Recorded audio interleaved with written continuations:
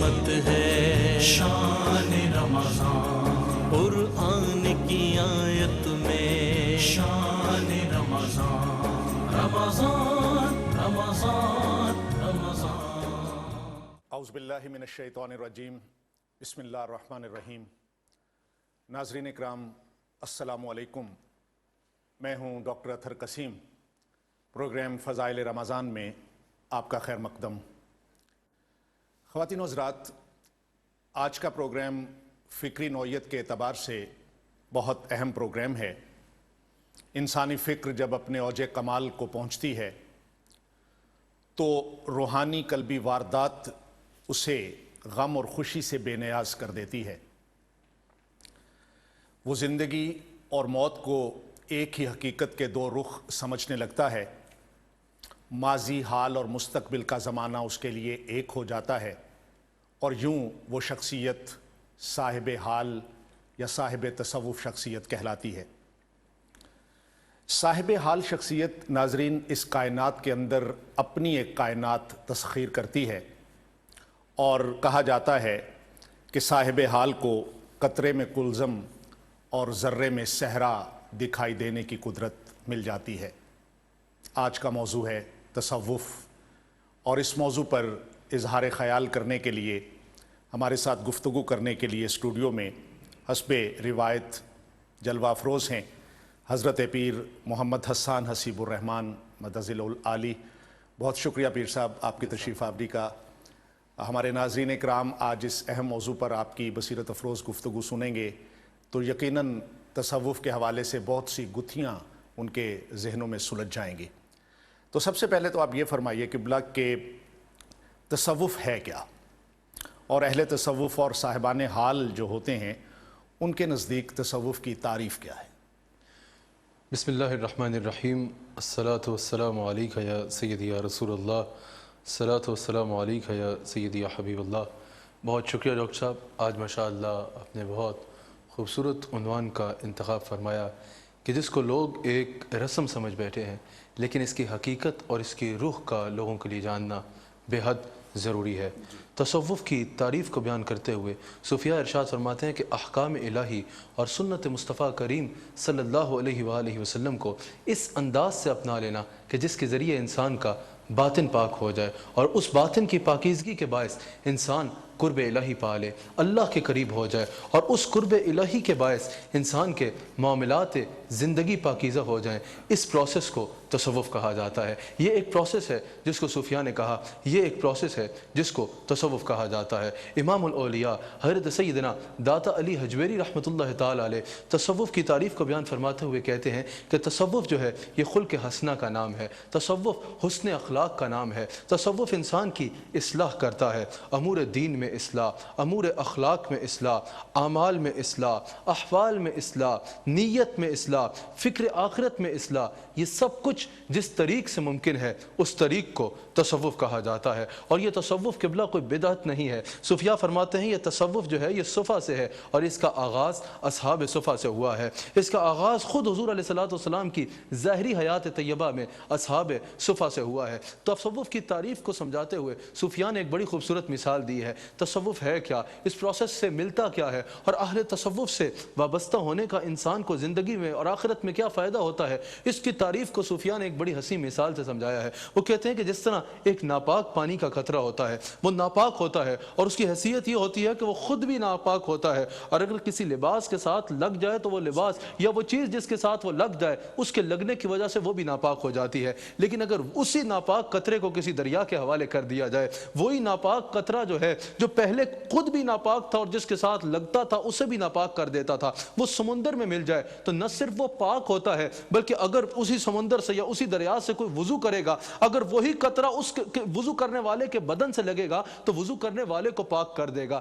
وہی قطرہ جو پہلے ناپاک تھا دریا سے مل کے نہ صرف وہ پاک ہوا بلکہ پاک کرنے والا بن گیا۔ صوفیاء کہتے ہیں یہی تصوف کرتا ہے کہ اگر کوئی گناہوں کی ناپاکی میں ہو شخص، وہ اہل تصوف سے وابستہ ہو، توبہ استغفار کے ذریعے اہل تصوف اسے پاک کرتے ہیں، پھر اس کی ایسی اصلاح کرتے ہیں اور اسے ایسی منازل طے کراتے ہیں کہ وہی شخص جو پہلے ناپاک تھا اور اس کی صحبت بھی انسان کو ناپاک بنا دیتی تھی، وہی شخص نہ صرف خود پاک ہوتا ہے بلکہ لوگوں کو پاک کرنے والا بن جاتا ہے۔ جو سوال آپ نے میرے سے کیا، یہی سوال کسی نے داتا علی حجویری رحمۃ اللہ علیہ سے کیا کہ حضرت تصوف کیا ہے، تصوف کی تعریف کیا ہے؟ آپ نے فرمایا تصوف کسی وضع قطع کا نام نہیں ہے۔ پھر آپ نے فرمایا کہ تصوف کسی خاص ورد یا وظیفے کا نام بھی نہیں ہے۔ آپ نے فرمایا تسبیحات میں سے داتا صاحب نے فرمایا کہ کسی خاص تسبیح کا نام بھی تصوف نہیں ہے۔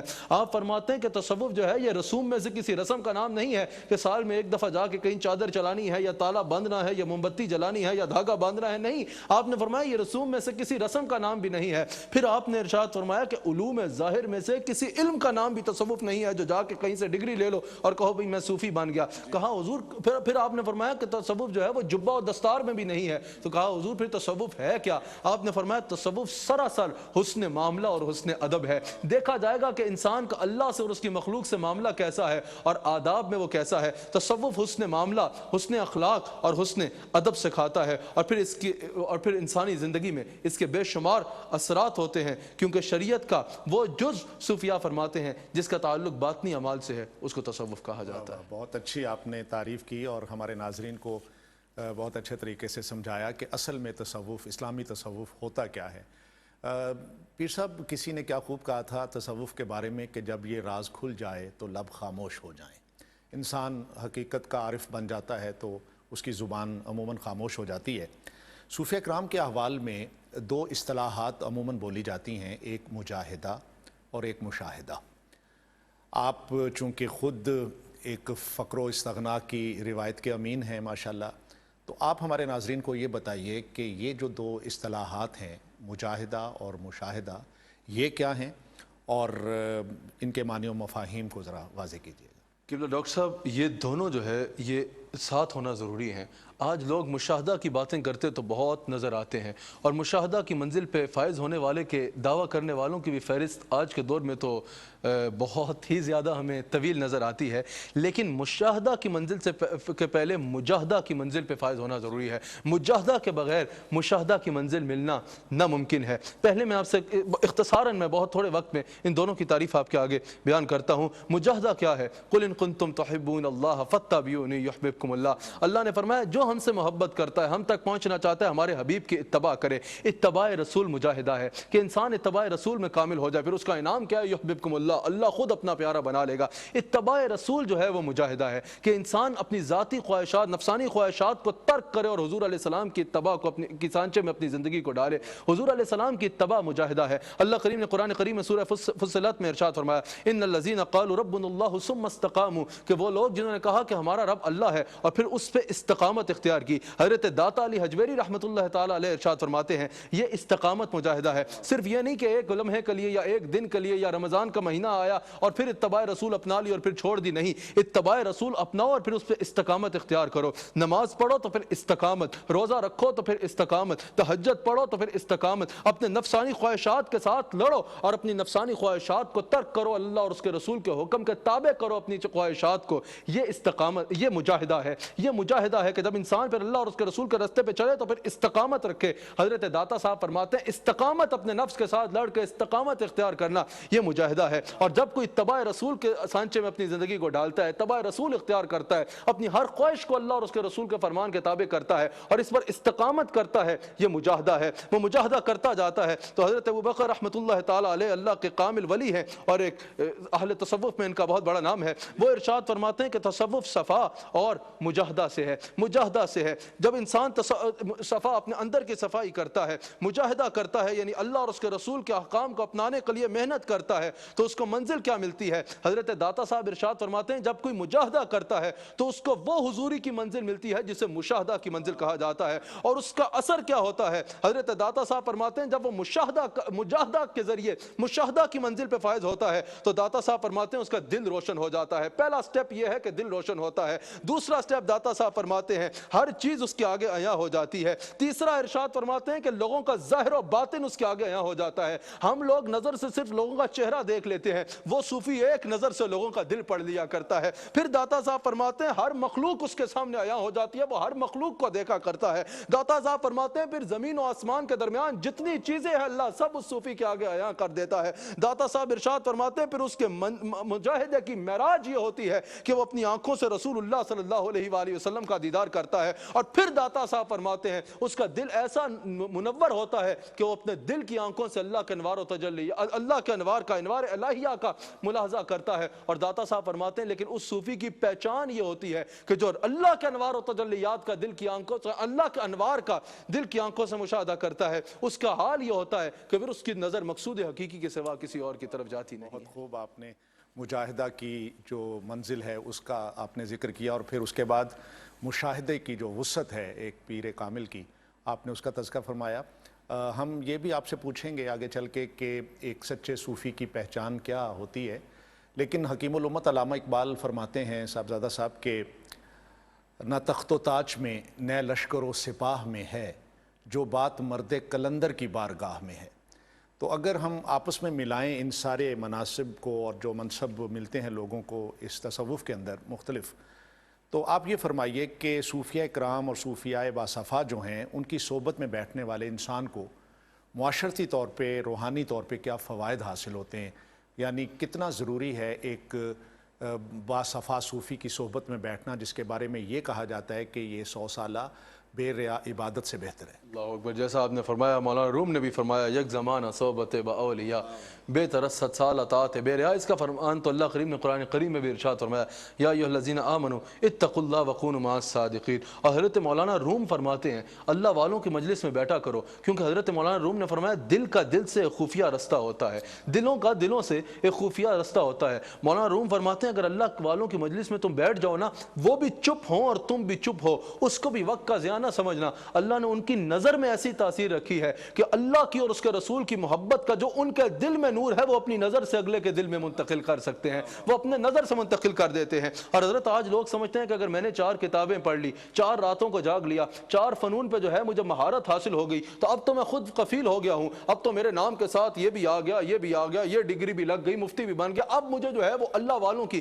یا اہل تصوف کی جو ہے وہ صحبت میں بیٹھنے کی ضرورت نہیں، میرا علم نے مجھے خود کفیل کر دیا ہے۔ ہرگز ایسی بات نہیں ہے۔ اللہ اکبر، آج کیا کوئی امام ابو حنیفہ سے بڑا عالم ہو سکتا ہے؟ کیا امام ابو حنیفہ سے بڑا آج کوئی عالم ہے؟ امام ابو حنیفہ اکثر ایک درویش بیلول دانا کی بارگاہ میں جا کے بیٹھا کرتے اور اس کو جا کے کہا کرتے کہ مجھے شریعت کے بارے میں کچھ بتاؤ، شریعت کے بارے میں کچھ بتاؤ۔ لوگوں نے کہا امام ابو حنیفہ آپ امام اعظم، آپ جا کے اس درویش جو کبھی آسمان کی طرف دیکھ کے باتیں کر رہا ہے، کبھی قبرستان میں بیٹھا ہے، اس سے جا کے شریعت کے بارے میں آپ پوچھتے ہیں؟ امام ابو حنیفہ نے کہا میں شریعت کو جانتا ہوں اور وہ براہ راست شریعت والے کو جانتا ہے۔ اسی طرح کا حوال تھا حضرت احمد بن حنبل کا، امام احمد بن حنبل کا، وہ جا کے بشر حافی کے پاس جا کے بیٹھا کرتے، حضرت بشر حافی کے پاس، اور جا کے کہا کرتے کہ مجھے اللہ کے بارے میں کچھ بتاؤ، مجھے اللہ کے بارے میں کچھ بتاؤ۔ لوگوں نے کہا امام احمد بن حنبل آپ کہاں اور وہ کہاں، آپ اتنے بڑے عالم اور آپ جا کے بشر حافی سے جا کے جو کبھی سڑک پہ کھڑا ہے، کبھی کہاں ویرانوں میں کھڑا نظر آتا ہے،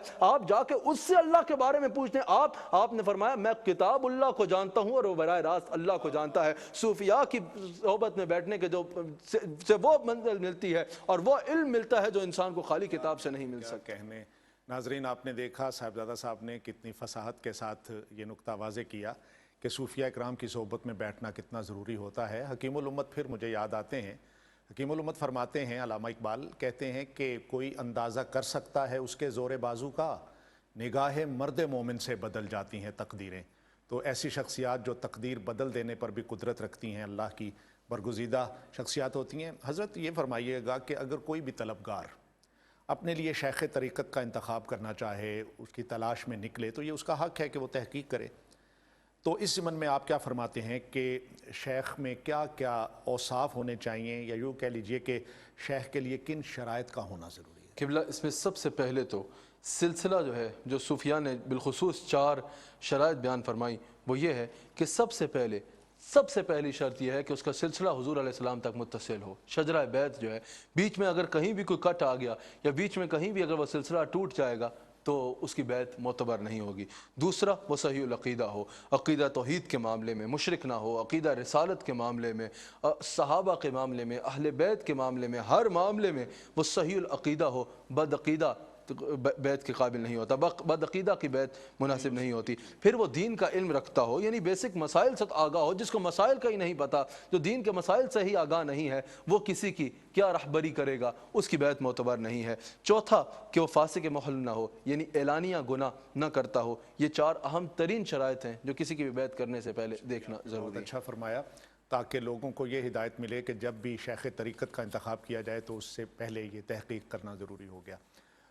حضرت آپ نے یہ فرمایا کہ دنیا میں جب ہم صحبت اولیاء اختیار کرتے ہیں تو ہمیں بہت سارے معاشرتی اور روحانی فوائد حاصل ہوتے ہیں۔ انسان کا دل پاکیزہ ہو جاتا ہے، نرم ہو جاتا ہے، انسان خود انسان دوست بن جاتا ہے، اور اولیاء کی صحبت اس کو نکھار دیتی ہے۔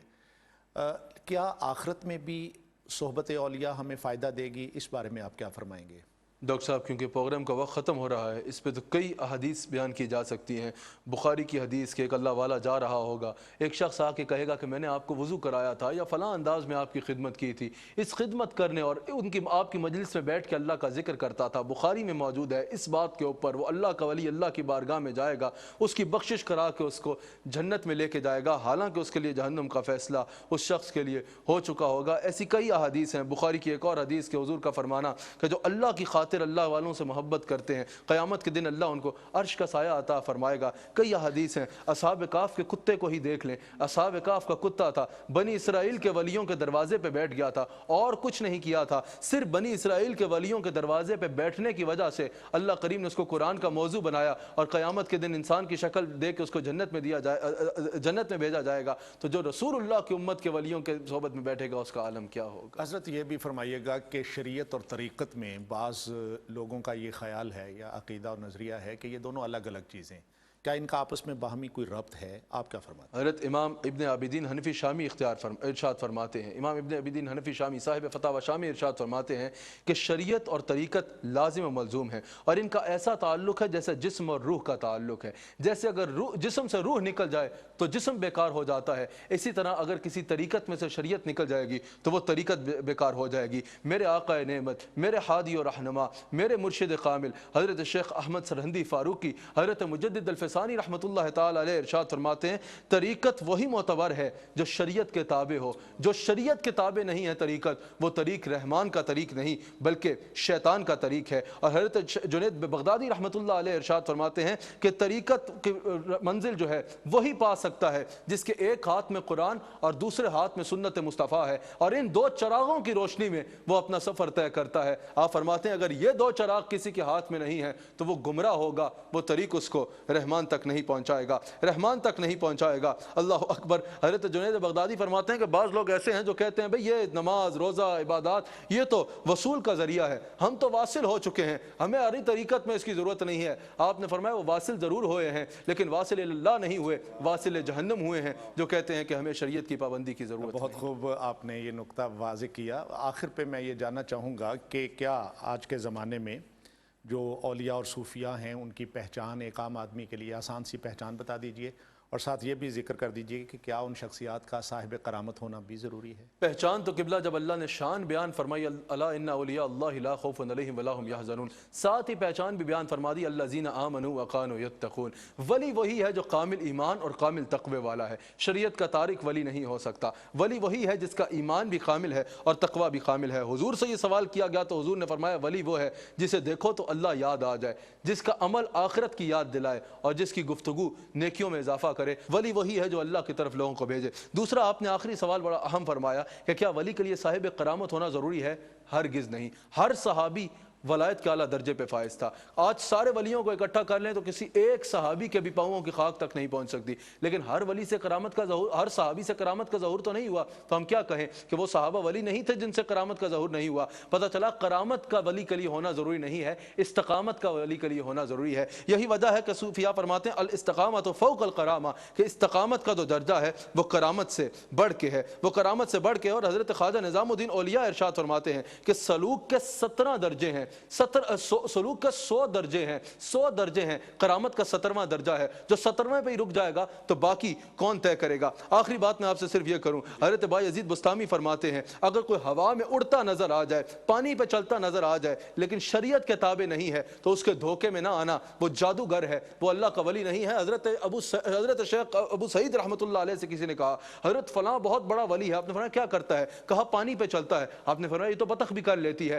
کہا حضرت فلاں ولی بہت بڑا ہے، ہوا میں اڑتا ہے، آپ نے فرمایا یہ تو مکھی بھی کرتی ہے۔ کہا حضرت فلاں ولی بہت بڑا ہے، ایک لمحے میں مشرق سے مغرب چلا جاتا ہے، آپ نے فرمایا یہ تو شیطان بھی کر لیتا ہے۔ آپ نے فرمایا ولی ان چیزوں سے انسان نہیں بنتا، ولی وہ ہے جو رہے مخلوق میں لیکن دل اللہ سے جوڑا ہو، جو اس سے جوڑے اس کا تعلق اللہ سے جوڑے۔ بہت بہت شکریہ صاحبزادہ صاحب۔ ناظرین کرام، صاحبزادہ صاحب کی گفتگو سے آج یہ ثابت ہو گیا کہ اللہ تعالیٰ نے جو قرآن حکیم میں فرمایا کہ عصر کے وقت کی قسم کے انسان خسارے میں ہے مگر وہ لوگ جو ایمان لائے، نیک عمل کرتے رہے، آپس میں حق بات کی تلقین اور صبر کی تاکید کرتے رہے، وہی اللہ کے برگزیدہ بندے ہیں اور وہ کبھی نقصان میں نہیں ہوتے۔ یہی صاحب تصوف ہیں، یہی جو ہیں صاحب حال کہلاتے ہیں۔ حکیم الامت علامہ اقبال کے اس شعر پر آج کے پروگرام کا اختتام کرتے ہیں۔ دارا و سکندر سے وہ مرد فقیر اولا ہو جس کی فقیری میں بوئے اسد اللہ ہی۔ اپنے میزبان ڈاکٹر اطہر قسیم کو اجازت دیجیے۔ اللہ نگہبان۔ اللہ کی رحمت ہے شان رمضان، قرآن کی آیت میں، شان رمضان، رمضان رمضان